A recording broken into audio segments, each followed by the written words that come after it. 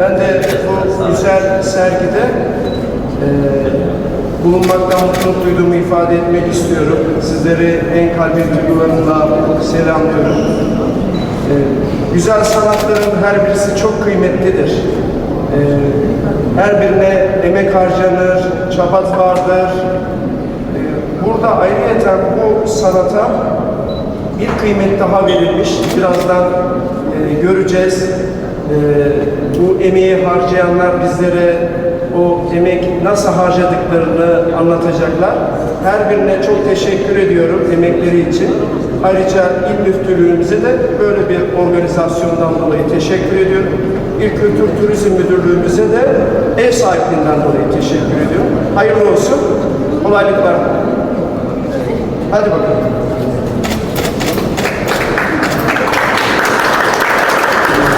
Hazreti Adem dünyaya gelen ilk insandır. Ben de Bakara Suresinin mealini okurken Hazreti Adem'in hikayesinden etkilendiğim için bu tabloyu yapmak istedim.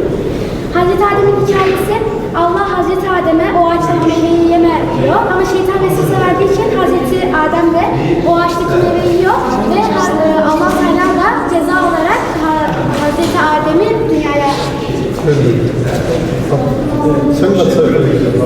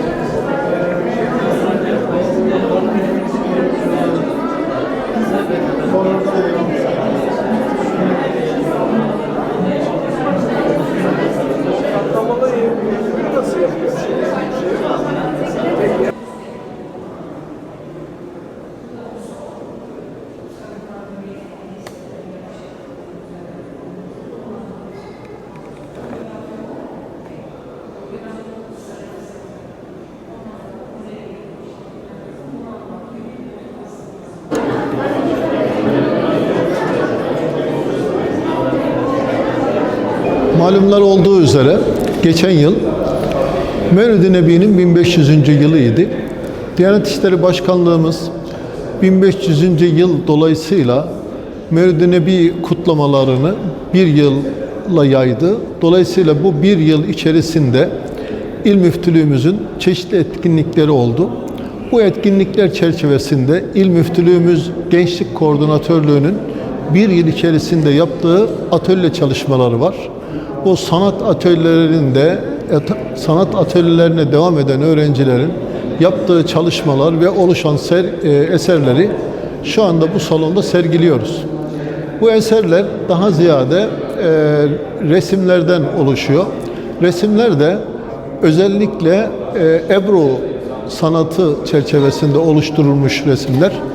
Ebru olarak, Ebru'yu biliyoruz zaten, klasik Ebru'nun dışına çıkıp resimleme ve bu resimlerin de asıl teması mucize.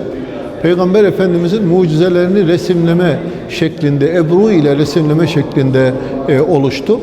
Dolayısıyla sadece Peygamber Aleyhisselatü Vesselam'ın mucizeleri değil, aynı zamanda Kur'an-ı Kerim'de zikredilen diğer peygamberlere ait mucizeleri de burada resimlemiş çalışanlarımız, görevlilerimiz.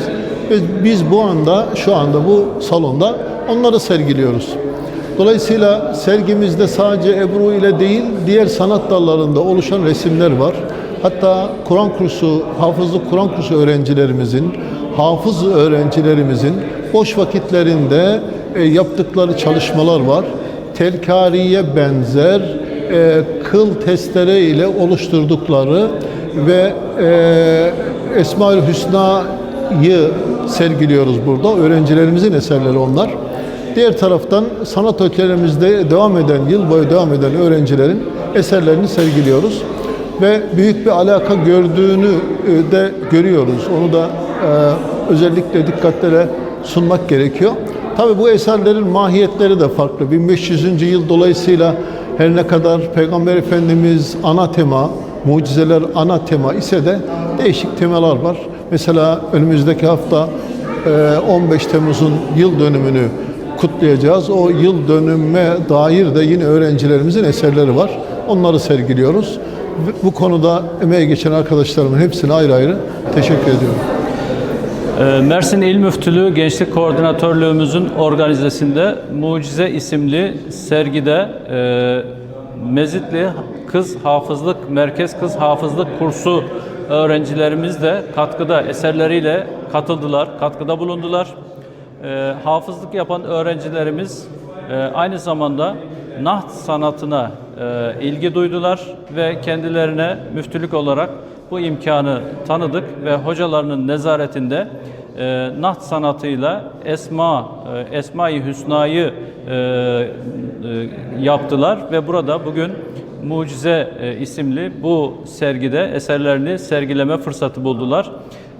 Biz bu imkanı veren il müftümüze ve bu çocuklarımızın bu sanata katkı sağlayan Faruk Bey'e, gençlik koordinatörümüz Hatice Hanım'a ve hocalarımıza ve aynı zamanda gençlerimize çok teşekkür ediyoruz. Bu sanata olan ilgilerinin devamını inşallah bekliyoruz. Aynı zamanda sanatla hafızlık arasında bir bağlantı vardır. Bu bağlantıyı gençlerimiz çok iyi kurmuş durumdalar. Kendilerine bu sergiye katılımları dolayısıyla çok teşekkür ediyoruz.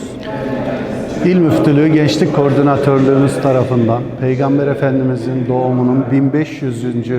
yıl dönümü münasebetiyle yaptığımız Mucize adlı sergimiz burası.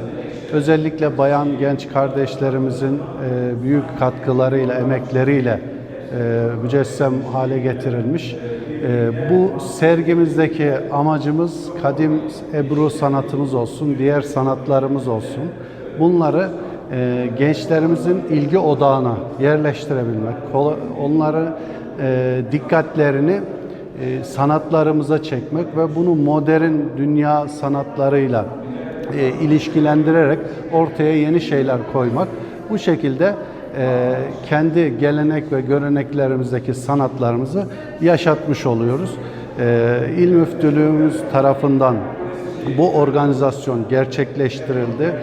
İl Müftülüğümüzün bu konuda bizlere büyük katkıları var. Yıl boyunca yaptığımız eserleri buralarda toparladık ve bugün sergi açtık.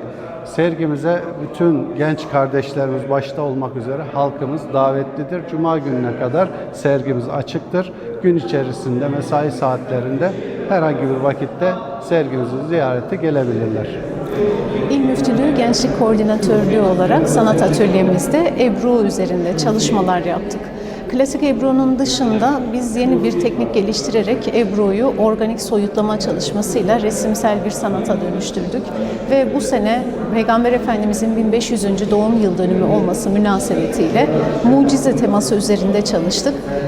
Öğrencilerimizle, kursiyerlerimizle birlikte oluşturmuş olduğumuz eserlerde burada görmüş olduğumuz gibi hem klasik Ebru hem katlamalı Ebru ve soyut çalışmalarımızın yanı sıra yine atölyede yapmış olduğumuz ahşap boyama, taş boyama, minyatür gibi sanat eserlerini de burada sergiledik.